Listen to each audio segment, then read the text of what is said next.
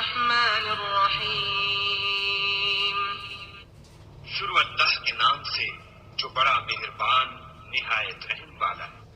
والفجر فجر کی قسم وليال عشر اور 10 راتوں کی والشفع والوتر اور جفت اور طاق کی والليل إذا يسر. اور رات کی جب جانے لگے. هل في ذلك قسم لذي حجر. اور بے شک یہ چیزیں عقل مندوں کے نزدیک قسم کھانے کے لائق ہیں کہ کافروں کو ضرور عذاب ہوگا. ألم تر كيف فعل ربك بعاد. کیا تم نے نہیں دیکھا کہ تمہارے پروردگار نے عاد کے ساتھ کیا کیا؟ إرم ذات العماد جو ارم کہلاتے تھے اتنے دراز قد التي لم يخلق مثلها في البلاد. کہ تمام ملک میں ایسے پیدا نہیں ہوئے تھے. وثمود الذين جابوا الصخر بالواد اور سمود کے ساتھ کیا کیا جو وادی قرا میں پتھر تراشتے اور گھر بناتے تھے.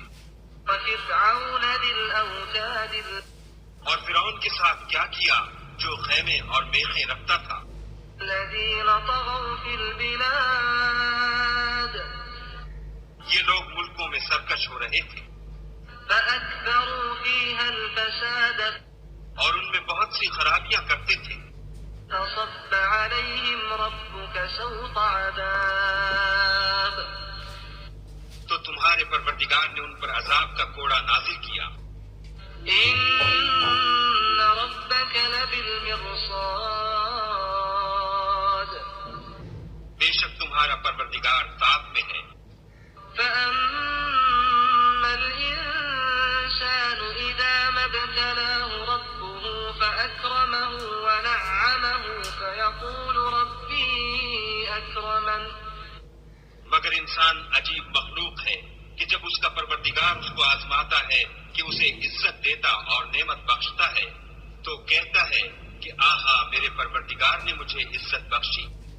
وأما إذا ما ابتلاه فقدر عليه رزقه فيقول ربي أهانن. اور جب دوسری طرح آزماتا ہے کہ اس پر روزی تنگ کر دیتا ہے تو کہتا ہے کہ ہائے میرے پروردگار نے مجھے ذلیل کیا. كلا بل لا تكرمون اليتيم نہیں بلکہ تم لوگ یتیم کی خاطر نہیں کرتے ولا تحاضون على طعام المسكين. اور نہ مسکین کو کھانا کھلانے کی ترغیب دیتے ہو. وتأكلون التراث أكلا لما اور میراث کے مال کو سمیٹ کر کھا جاتے ہو.